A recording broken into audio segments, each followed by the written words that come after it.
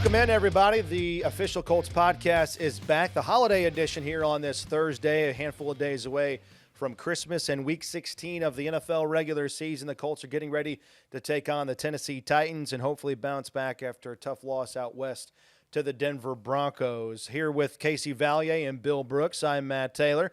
Billy B., how's your shopping to this point? Just like a true male, I'm waiting to the last minute. All right, so on a scale of 1 to 10, 10 being complete, where are we at? Oh, 4? Oh, yeah. I'm way behind. That's not what I wanted to hear, No, pal. no, I'm way Holy behind. smokes. Now, how many people do you have to contend for here around Christmas? Just 2. Wow. What? So have you gotten anything? Did you get the wrapping paper? Is that where your Holy 4 smokes. is? I've got a. Yeah, what's the 4? Like, like you thought about it? Is that why it's a 4? It's. I have it on a list. I have written the He list wrote out. it down on the So list. it's a Now, 4. does your wife and daughter, do they tell you what they want, or do you have to think about what they want? How does it go? No, they're pretty easy. They tell me what they want, so I can right. hopefully find it, and hopefully it's still available. Now, see, now you're in big time trouble. Man, you are a typical male. Yes. Procrastination station over there. What about you, sir? I think You've got the kids, right? I've got like 3 gifts left to do. Everything else, I haven't wrapped anything, so I'm behind the 8 ball When on do the you do wrapping. that? That's a great Like, question. you stay up late at night, watch a movie, I and just have to grind through it? I'm at that point now where that's kind of the only option I have. But the gifts have been, I would say, 85% purchased. Nice. So, All right. Good. yeah. All right. How about you, Matt? I'm heading to Target right after this. As soon as we get done here. So, He's at a 0. Zero. better than a 4. I can tell you that. No, I tell you what, my wife, she's an absolute angel. She Yeah. knows the deal. She knows the football schedule. So, Okay. she kind of carries the torch for Santa Claus in the month of December. So God bless. I mean, I'm sure a lot of people out there right now watching or listening are nodding their head like, yep. That's We're in the same boat. the women in our lives. They know what's going on. Thank goodness for them. They do a fantastic Yes. job. So we're going to talk about that with Jaylon Jones, by the way, coming up on our podcast here. Jaylon played fantastically last time out against the Broncos. For the most part, shut down Cortland Sutton. Yeah. And he's taken on the torch of trying to shut down most teams' top targets, and he's done a pretty good job in that. So we're going to talk to him later on in the podcast today. We're also going to talk about the Titans, and we're also going to begin to look at what's next for the Colts in terms of the playoff odds after dropping that pivotal game against the Broncos last week. So I guess we'll start there. So everybody's got their models now. We talked about this last week with the There's a different, million of them. predictions and, this team wins, then your percentage goes down to X, Y, or Z. So most of the models now have the Colts with less than a 20% chance of making the playoffs. They're 6-8, lost that game against the Denver Broncos. But with some other teams losing last week, the odds are actually better than I thought they would be, and the scenario to follow is actually easier to comprehend than I thought it would be following that loss. So essentially, fellas, the Colts can still make the playoffs, but they need 2 really big things to happen, right? A lot of big ifs, but still, it's possible. The Colts need to win out. They've got 3 games remaining. They have to win their final 3 games of the season against the Titans, Giants, and Jaguars in that order, and those 3 teams are, let's face it, they're maybe some of the 3 worst teams in the NFL. They have a combined 8 wins on the season here. So the Colts need to win out, win their final 3, and then the Chargers, right? The Chargers are now the chief competition for the Colts. LA needs to lose at least 2 of their last 3 games of the season. Yep. Yeah, I mean, I'm with you because I honestly thought it was going to be – I mentioned it last week that if you lose the game against Denver, it's going to be following like 15 detours on how you get there. Ultimately, it all starts tonight. I mean, we're taping this here on a Thursday. You got Broncos-Chargers on Thursday Night Football, and the Chargers – And you thought after that game against Denver, you'd say, all right, let's go Chargers. Yes. But now it's the other way around. It's reversed. Yeah. And, I mean, ultimately – winning 3 games in a row is hard. We all know that. It's a feat. Doesn't matter how good of a football team it is. Winning 3 games in a row is tough in the NFL. So you're hoping the Colts can do that.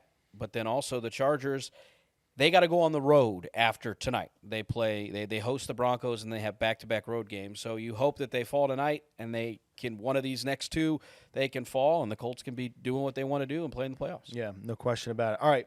So let's talk about big picture here. We can talk about the fallout from the second half.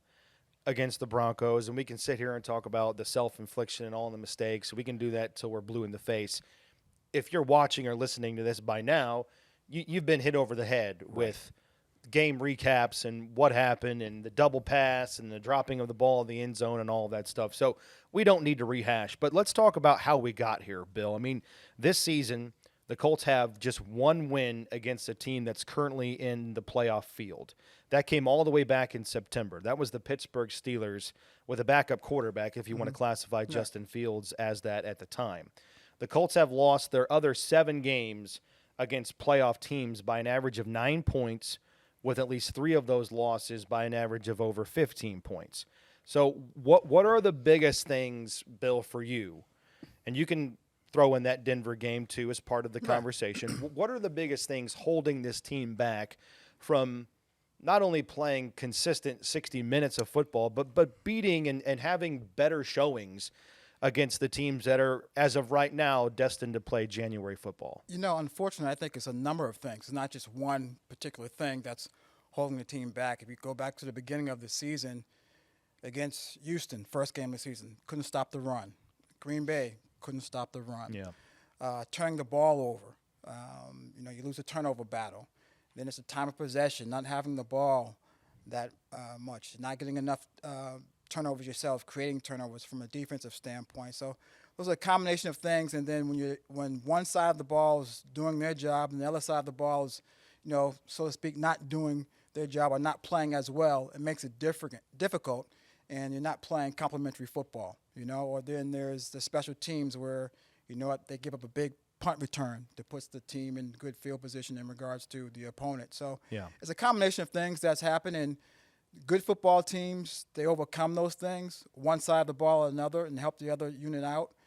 But right now the Colts haven't been able to do that, and it's usually one unit that's, maybe not playing as well, and then the other units just can't pick up that slack enough to get them over the hump. So as you mentioned, it's not playing complementary football, and that's tough. When you don't do that, it makes it difficult to win football games. Yeah, that's what my thing is the complementary football. I mean, I think we'd all agree that the defense played arguably their best game against the Broncos. You hold them under 200 yards, you create all the turnovers, and you still end up losing by 18. So ultimately, it's not being able to, on your best day, the opposite side is having their worst day. So being able to find a way to make a full 60-minute game, everybody playing kind of in sync and in line, that's been the biggest thing. I think that's your biggest thing holding you back to where you ultimately wanted to be this year.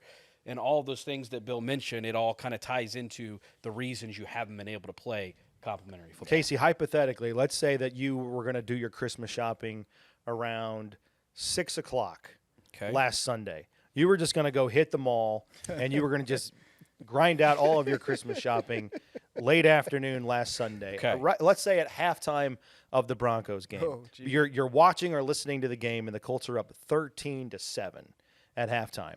Then you get done with you go to Best Buy, you go to, Macy's, you hit, Dick's Sporting Goods, you make all your rounds, you get all your stuff, then you come back into the car and you're listening to Greg and Bill on the postgame show, and they're talking about how the Colts lost 31-13. How would you have processed that? Like if you didn't follow along, if you didn't know what happened in the second half, how would you have come to grips with the fact that, like, you play so well in the first half, and then in the second half, complimentary football just went out the window for the Colts? The only thing that I would have been able to think of, not watching or listening to it, would have been clearly the Broncos' offense was able to make second-half adjustments. But that didn't happen. And exactly. So it would have been and that's where That's what makes it frustrating, That's right? what makes it so frustrating is it wasn't that – that whole adage of you lose more games in the NFL than you win. And that's ultimately what happened. I mean, I think that if you were to go ask Sean Payton, there would have been a handful of things that come Monday morning after that game that he's like, we have got to figure this out. Yeah, we are lucky we won this game because of all the self-implosion the Colts had. So it would be very, very hard to comprehend because ultimately I think even after the game you looked at it and you said, how did you lose this game? Yeah. And not only, it wasn't like you lost it by a field goal. Like, you lost handily, and and that was the biggest issue with it for sure. No question about it. Like you said, giving up less than 200 yards of total offense. Defense plays arguably their best game of the season, and they didn't have anything to show for it. I think in fact, it's the first time the Colts have lost a game where the defense holds the opposition to less than 200 yards since 2007. Plus, they had the 3 takeaways. Yeah. So you do those 2 things, take the football away, and overall keep a team down. More often than not, you win and you win big, and obviously it's the exact opposite of that. Staying with it, and I know people watching and listening, they're frustrated, right? They're frustrated with the fact that the Colts are, 6-8, and they let a big opportunity slip through the fingers. There's 3 games left. We're right there with them. Yeah. Like we live this, okay? This is Right. This is our house. I mean, we talk about this and experience this more so than a lot of people, right? So if you're frustrated, you have to understand where we're coming from as well. We have to talk about these things. Sometimes we don't want to, but that's where, in the spirit of the holidays here, I hate to say it, but like one of my favorite coming-of-age stories around the Christmas time is The Grinch, how the Grinch stole Christmas. Now, he flips the script there at the end. We all know that, with the heart growing 5 times too big, and, has a big change of heart. So let's discuss some Grinchy stats, and see if we can kind of flip them around, or at least talk about how they can change, where we can return the gifts to the Who's down in Whoville here. So the first Grinchy stat, Bill, the Colts have 25 giveaways on the season, tied for the 3rd most in the NFL. Consider the company that they're in. Other teams around them in terms of giveaways. Tennessee, they've got the most. They've got 29 turnovers. They're 3-11. Cleveland has 27 giveaways. The Raiders are 2-12. They've got 25 giveaways. So tell me if you turn it over 5 times against the Broncos. Anthony Richardson's thrown 11 picks in 10 games. What has the Colts' turnover problems meant to where they're at right now? And is there anything they can do to remedy this situation in the last 3 games of the season? Easy to say, take better care of the football, but how does that translate? Yeah, it's one of those things where it does mean a lot to this team. I mean, I think I figured out 5 of their 8 losses, they have lost a turnover battle as far as the Colts. So when you lose a turnover battle, it makes it very difficult to win football games. The Colts are giving the ball away way too much. And you know what? Give the defense credit. As you mentioned, they got 3 turnovers last week. You think getting 3 turnovers, that would be good enough to help you win football games. So they did their part last week. I think it has to be one of those things we talked about earlier. It's just complementary football. You have to offensively hold on to the ball. Give yourself an opportunity to score some points. Don't turn the ball over. Don't lose a time of possession when you turn the ball over, and help your defense out as far as they're concerned, so they don't have to get back on the field so quick when you do turn the ball over. So I think it's huge, and they talk about ball security. The team talks about ball security a lot, and it's something that the Colts have to stay on top of that, because when you lose a turnover battle, it just makes it very difficult to win football games. Like I said, 5 of the 8 games they lost, I think when they lost a turnover battle, in one game where it was neutral, they didn't win or lose a turnover battle, they had penalties. They had like 10 penalties for 75 yards. I think that was against Detroit. And they lost that game. So when you have some self-inflicted wounds, it's tough to win football games. And to be fair, it's not all on the quarterback. I mean, we saw obviously the Jonathan Taylor quote-unquote fumble, very uncharacteristic. But, hey, goes down as a mistake, goes down as a fumble. Right. Michael Pittman Jr. got to have better ball security by, taking that shoulder tackle. Just loses the ball. So it's not just on Anthony Richardson. It's not all the quarterback. Everybody else has to do their part too. Yeah, and that's a great phrase. That's what I've been saying kind of for the last handful of weeks is, yes, Anthony Richardson's play has to be better, but I think everybody has to be better. I mean, I feel like we would all agree that the team hasn't helped Anthony enough. And yes, some of it falls on Anthony, but there is so many other areas that this team just hasn't been able to, as a collective, play the type of football you need to be playing if you want to be a playoff team. Grinchy stat number 2, you brought up Anthony Richardson. He's now completed 50% or fewer of his passes in 8 out of 14 starts for his career, and he's passed for more than 200 yards just 5 times. So, Bill, I want to start with you. Former player, you get it. How big are these final 3 games of the season when it comes to his growth, and can his accuracy improve in the offseason going into next season? How does that happen? How big are the next 3 games plus the spring to get Anthony Richardson a more overall efficient quarterback, which he needs to be? I think it's going to be huge for his future development in regards to him going out there playing, getting live reps in the game, going out there and hopefully working on things to be a better passer, be more accurate, to make sure he makes those throws, those short throws of 10 yards, 5 yards, 15 yards, the swing passes to the backside of the backfield. Yeah. For him to get more accurate in doing those things is going to be huge, and having live reps is going to help him. But then he'll have the offseason. Hopefully he'll stay healthy the rest of the season, and he'll have a healthy offseason where he can work on those things. Where last year he wasn't healthy, so he had to rehab his shoulder, and that might have taken away from some of the things he could work on as far as accuracy is concerned. Right. But this offseason, hopefully he's healthy, makes out these remaining games of the season, however many they may be, and then going into the offseason, have an opportunity to work on the things that he needs to work on with his quarterback coach, with himself, talking to the coaches, what he needs to work on during the offseason. So I think this offseason is going to be huge for Anthony Richardson as well as these last 3 games going into 2025. And one of the things for me is now you have essentially, I mean, not a full season, but you've almost got a full season. If he plays these next 3, it'll be 17 career games, which is a full NFL season. So you have a year of tape that you can digest. Last year, it was so up and down. You had the injury that essentially knocked him out after Stop and start. It was hard to really judge what his rookie year was. So everything else, this is all combining into essentially just a 2-year rookie season, if you will. So now you have X amount of games on tape. You have at least a drawing board of where you need to improve. And I think that is going to be key. I mean, you talk about staying healthy and all of that, and I think that is first and foremost the most important thing.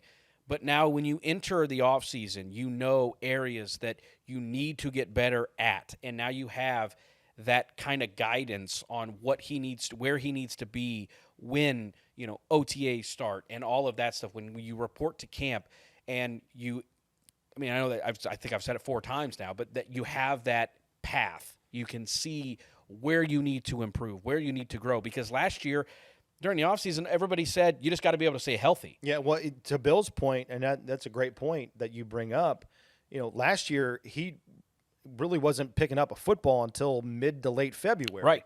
Just trying to rehab and be able to throw. Now he can throw. He's got a tremendously talented right arm. It's about decision-making, it's accuracy, it's ball placement, it's velocity, it's reading defenses, it's all of that. It's synergy with pass catchers and wide receivers, too. And also now he'll have a chance to watch some of the film that he put out there on tape as far as this season. Tendencies, as far as tendencies, things he's doing, things he's doing well, things he's not doing so well. And hopefully he can, correct the things that he's not doing well and build on the things that he's doing well at. So it's going to be interesting to see what happens this offseason, but I think it's going to be a big offseason for Anthony this offseason going into 2025. 100%, no question about it. So those are some of the Grinchy stats that we hate to bring up, but they've got to be examined, and hopefully they can be remedied, just like the Grinch, baby. Right. Bringing everybody their toys back on Christmas Day. Here's a non-Grinchy stat: Jaylon Jones, he ranks 6th in the NFL among all defenders in passes defense. He's got 12 of them, a team high, having just a sensational season. One of the best players for the Colts on defense. Year number 2 for Jaylon Jones. This is a really good, fun conversation. Check it out right now. We talked earlier today. Jaylon Jones right here on the Official Colts Podcast.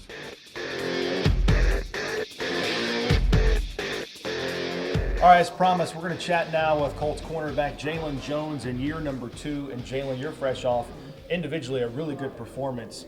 For the most part, you guys shut down Cortland Sutton. I know you were matched up on him a lot there in Denver. What was it about that matchup that gave you good success against their premier top receiver in Denver? Oh, man, really just the preparation of it, just being in film, being in the playbook, understanding what they like to do with him, and just, just trying to beat him to the spot, man. Cortland's a good receiver, so just understanding what he likes to do and, like I said, just his tendencies, man, and, able just to, try to win that matchup. How much do you relish at this point in your career, now that you're a mainstay, a staple in the starting lineup, how much do you relish the opportunity to go after another team's top target? Oh, man, I love it, man. Iron sharpens iron, good on good. So definitely just going out there competing at the highest level, ever since I was little, man, I love to compete. So just going out there and doing that, man, it brings joy to me. And, just trying to win for my brothers, man, I think that's the biggest thing. These relationships, it's lifetime long. And, when I'm done with ball, man, I want people to say great things. So definitely just going out there, playing for the organization, the team, and my brothers, man, that'd be the biggest thing for me. Do you have a favorite matchup you've had so far to this point in your career, or is there perhaps a guy that you're looking forward to matching up with? I'm about to say, man, whoever's receiver one over there, that's I love the matchup every time. So I don't really got a favorite one, but definitely I love going out there and competing, though. Well, this week it's going to be Calvin Ridley, the Tennessee Titans' top target. What is it about him that makes him unique? He got off to a little bit of a slow start this season statistically, but in the last 8 games he's really caught fire. Oh, yeah, man. When you watch film, man, you just see what he displays, man. Just explosive, man. Explosive guy, quickness, route technician, man. And, those are the guys, when you go against them, it's just really being just disciplining your technique. Don't try to do something you never did before. Just do what you've been doing, man. And just being disciplined, understanding what he likes to do, man. Just being in the film, man, just looking at it. So. All right, well, Tennessee, their offense, they're making a switch at quarterback, going from Will Levis to Mason Rudolph. You saw him briefly for a stint last year. Came in relief of that Pittsburgh game late in the season. He came off the bench last week, completed 80% of his passes. Right, so he can be surgical, he can be accurate. What is it about their offense that kind of changes with him at quarterback? Oh man, they pretty much run the same things in terms of like concepts in the pass game. The only thing I'll say that's different is the quarterback runs. The difference between him and Will.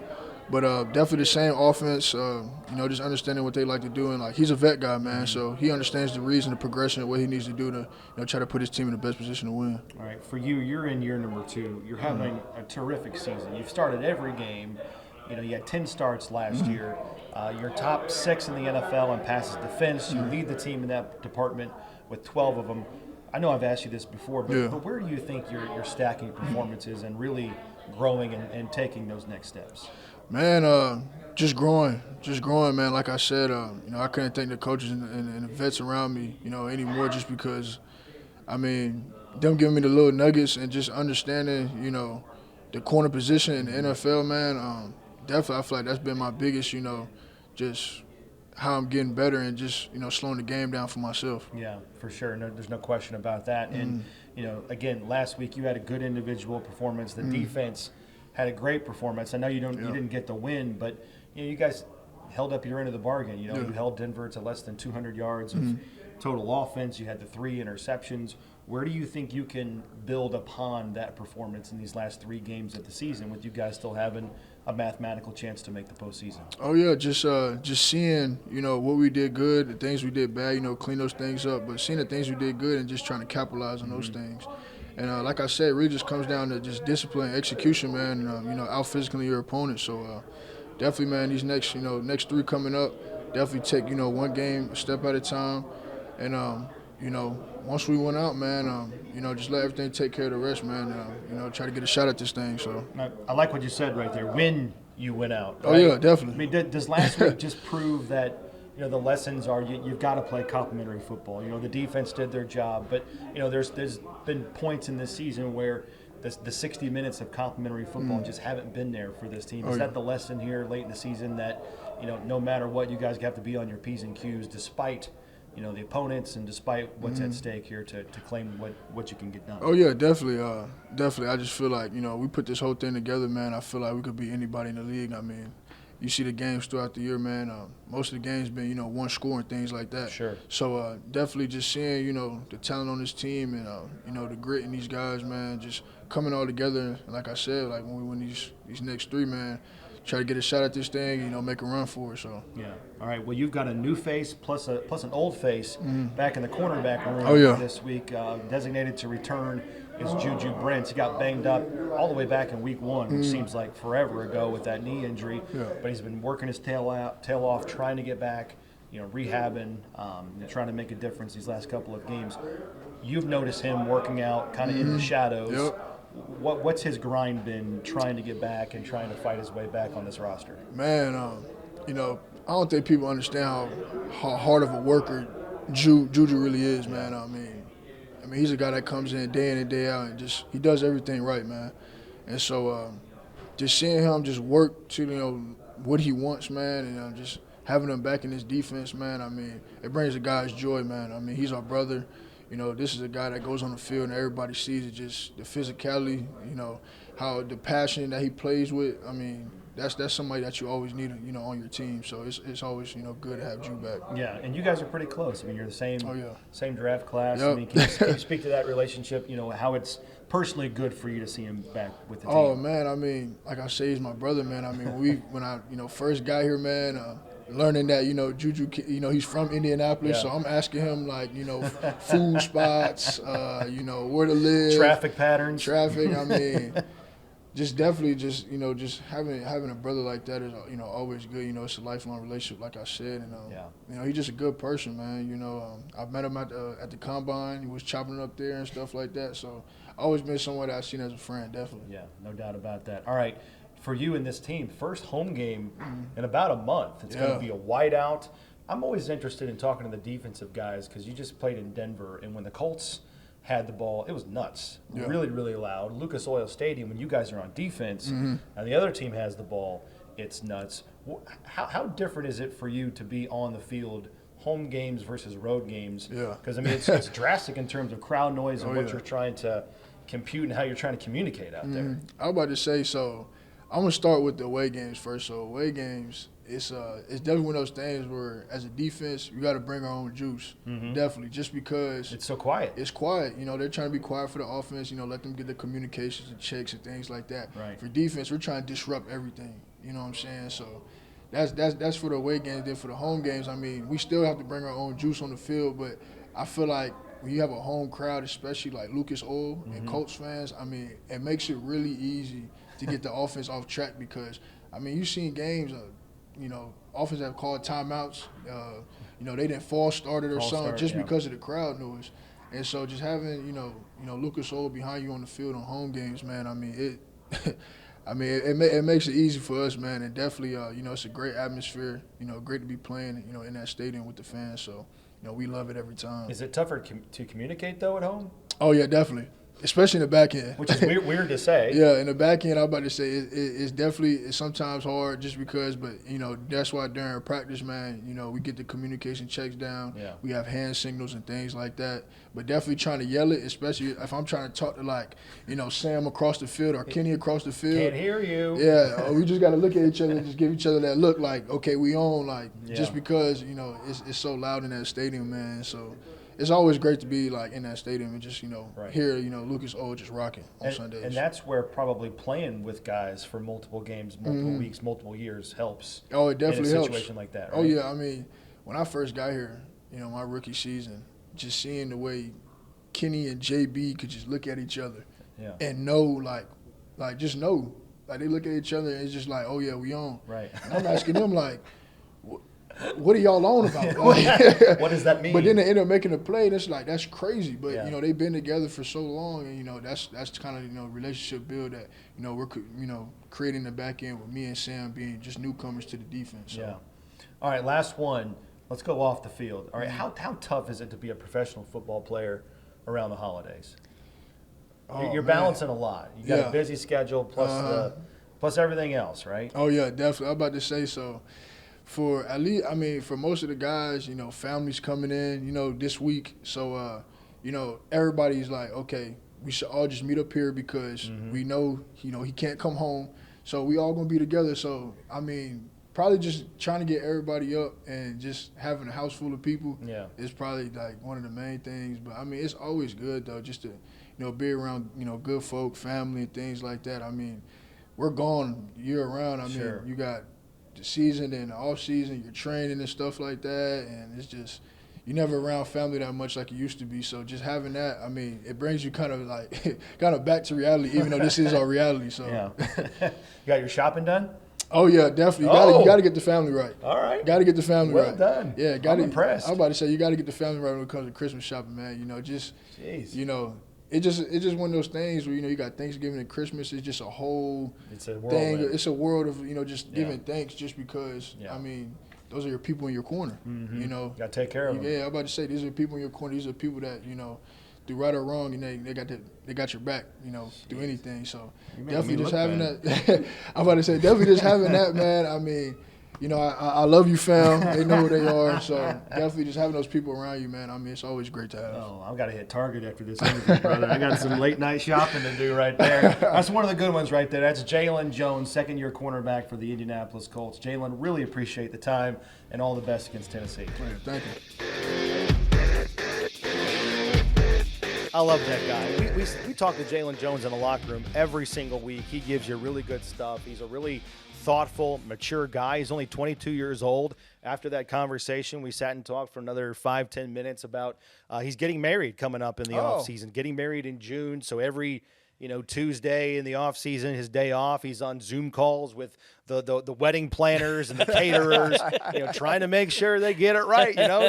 He knows the deal. It's important. I get that. Yeah. His fiance's taking charge, rightfully so. It's her big day, so he's along for the ride. Yeah. But he's doing his part. And, yeah, listen, if you do it right, you only get married once, right? So he's trying to make it a big day for him. So congratulations to him on that coming up next summer. But also congratulations, fantastic sophomore campaign for Jaylon Jones. All right, let's talk about the Titans to close out. The Colts beat them back in Week 6, which is forever ago, back in October. Colts won that game 20-17. They're looking for the season sweep. Tennessee, though, making the switch at quarterback. They're benching Will Levis.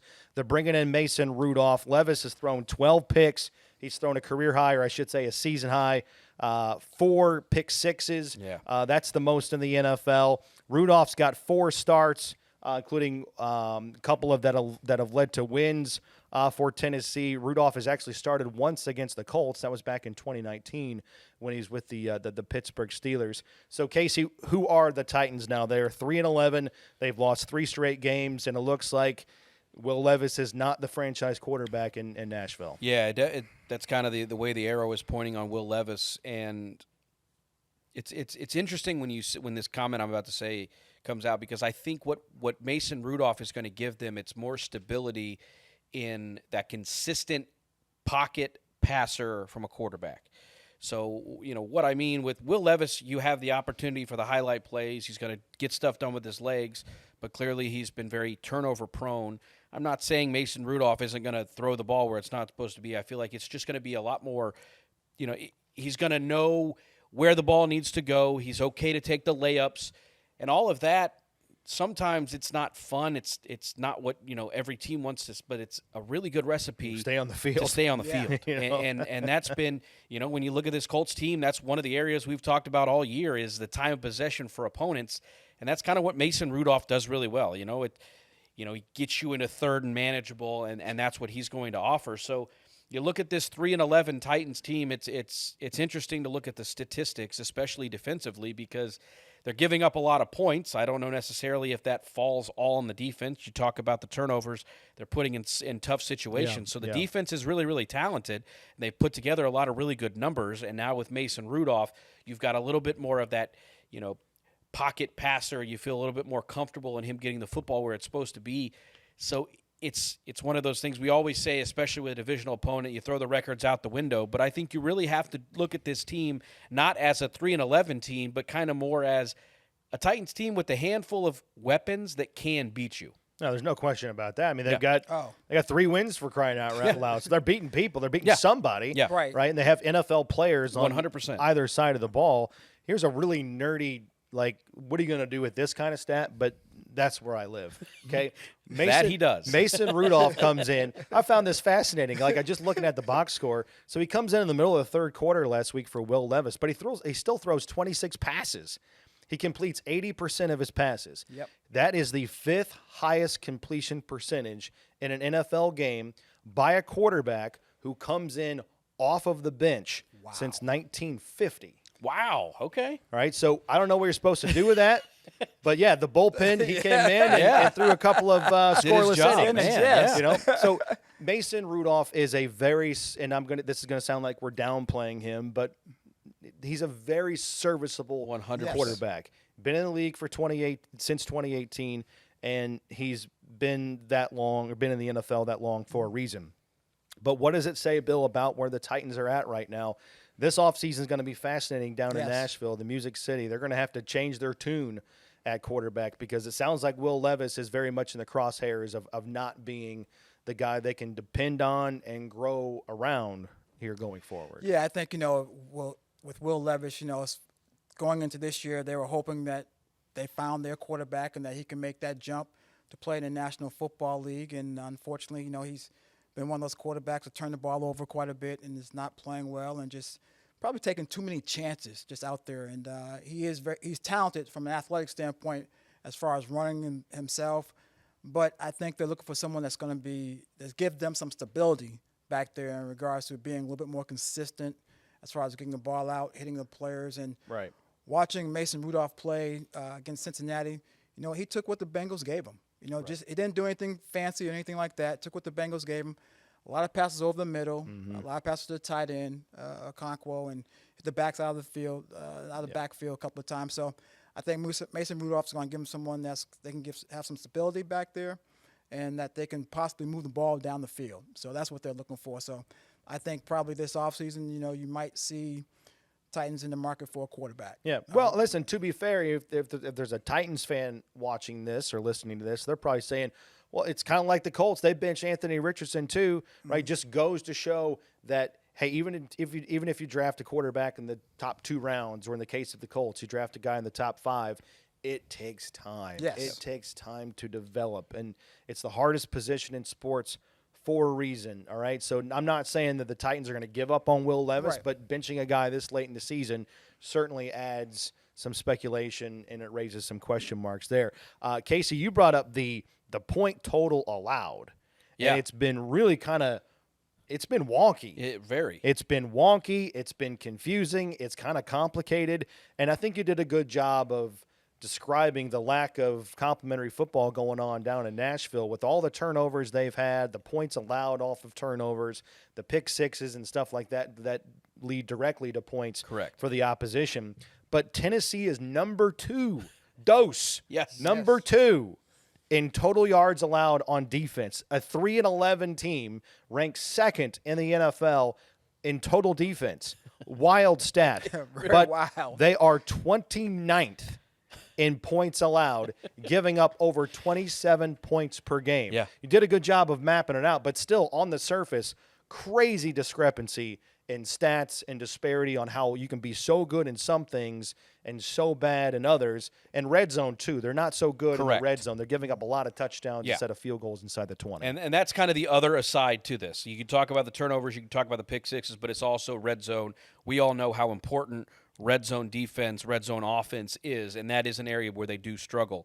But it is wild to think. I mean, it may also be a direct correlation with, they're being put in short field, so there's not as many yards to get to. So, I mean, points. there's all kinds of 100%. things that play into this.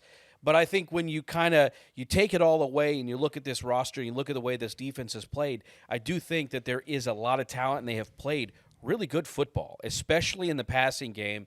And I think it all starts up front. They've got a front four that is, they are elite. That front four is very, very good. It starts with Jeffrey Simmons. We all know about Harold Landry. I think I called him earlier in the year, probably one of NFL's best-kept secrets just because he plays with the Titans. You don't see him, but, typically you can chalk it up to him having double-digit sacks. It's just what he does.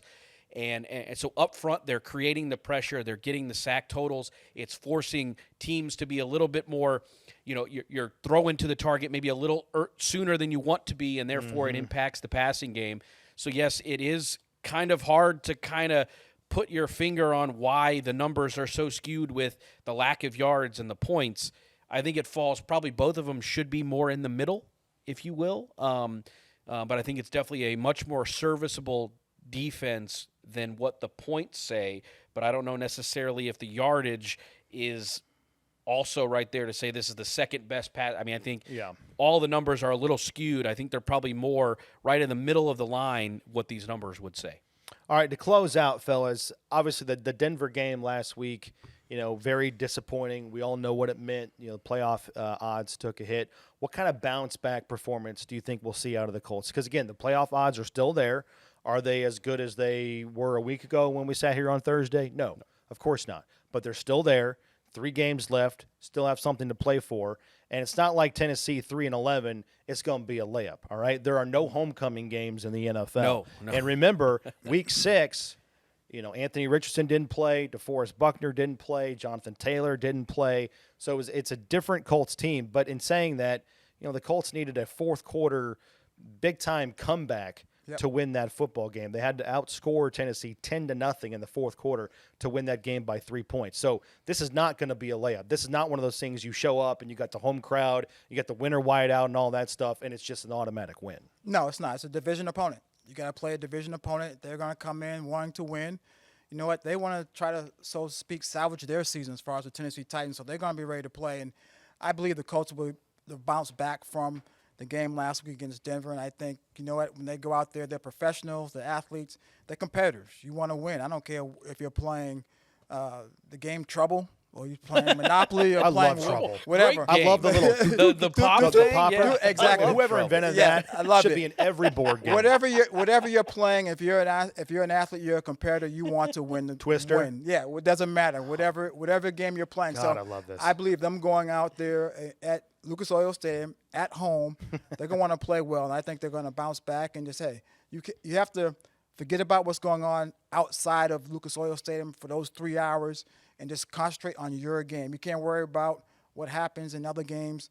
Just focus on your assignment and your task as far as an athlete is concerned for this team. And then play each game like that. Mm-hmm. Then after the season's over, you see where it ends up. And then hopefully maybe you're in the playoffs. But if not, you're still giving 100% as a competitor. You're doing it for your teammates, and you're doing it for the organization, and you're doing it for yourself as well. Yeah. Win these final 3 games and you go over 500. I think there's something big to be said for that as well, right? You can still get to 9-8 and hopefully it translates into getting some help around the AFC. You get yourself into the playoffs. But I do think that's important. Win these final 3 games, all very winnable, all against teams who are well under 500. Take advantage of the schedule. Get yourself a 9-8 record. And just see where the chips fall. All right. What time is the Trouble tournament coming up on Friday night? I don't know. Be there at 8. Yeah. Be there at 8. BYOB. Yes. Maybe order a pizza. I'll bring some chips and queso. Yes. Hell yeah. There you go. We're in. Queso's bringing queso. Queso's bringing the queso. Done. That's right. You got All it. right. Wear your guys white coming up on That's Sunday. right. The winter whiteout, Colts and Titans. Going to be a fantastic game. First home game for the Colts in about a month. Believe it or not, last home game before Christmas, so hopefully everybody's got their shopping done before Sunday. Bill, we know that's not the case for you. You are SOL, my friend. You're going to have to figure that one out. All right, so good luck to everybody out there with all your Santa elves, and hopefully you get everything done by the 25th. We know we'll be in really good shape here, and we'll be talking to you next week previewing Colts and Giants. But until then, we have Colts and Titans in Week 16 at Lucas Oil Stadium. For Bill Brooks, Casey Vallier, I'm Matt Taylor. As always, thank you for watching. Thank you for listening. Connor back in the behind the camera here on the 1s and 2s gave us the big-time thumbs up. We appreciate you as well. Have a great holiday season, everybody, and we'll talk to you next week right here on the Official Colts Podcast.